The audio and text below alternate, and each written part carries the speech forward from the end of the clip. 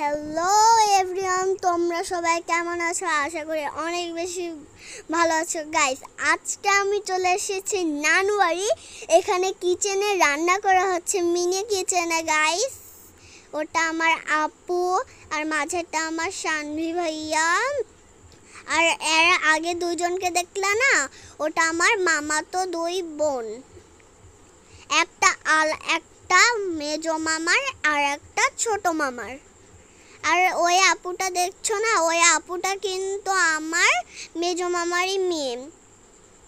আর এই মাঝেরটা দেখছো, এটা আমার ছোট খালামণির ছেলে। এই যে গাইস, ওরা চা খাওয়ার জন্য অপেক্ষা করছে যে কখন চাটা হবে। আমরা কিন্তু এটা পুকুর পাড়ে বসে চা বানাচ্ছি। শানটা নাই, সেই শানে ওই যে দেখো আমার ব্যাগ, আমি ঢাকা থেকে সব কিছু নিয়ে এসেছি গাইস। দেখো, মানে আমরা এখানে কথাবার্তা বলতেছি যে কে মানে কিভাবে এই রান্নাটা হবে। আমি খালি পাগলের মতন কথা বলতেছি।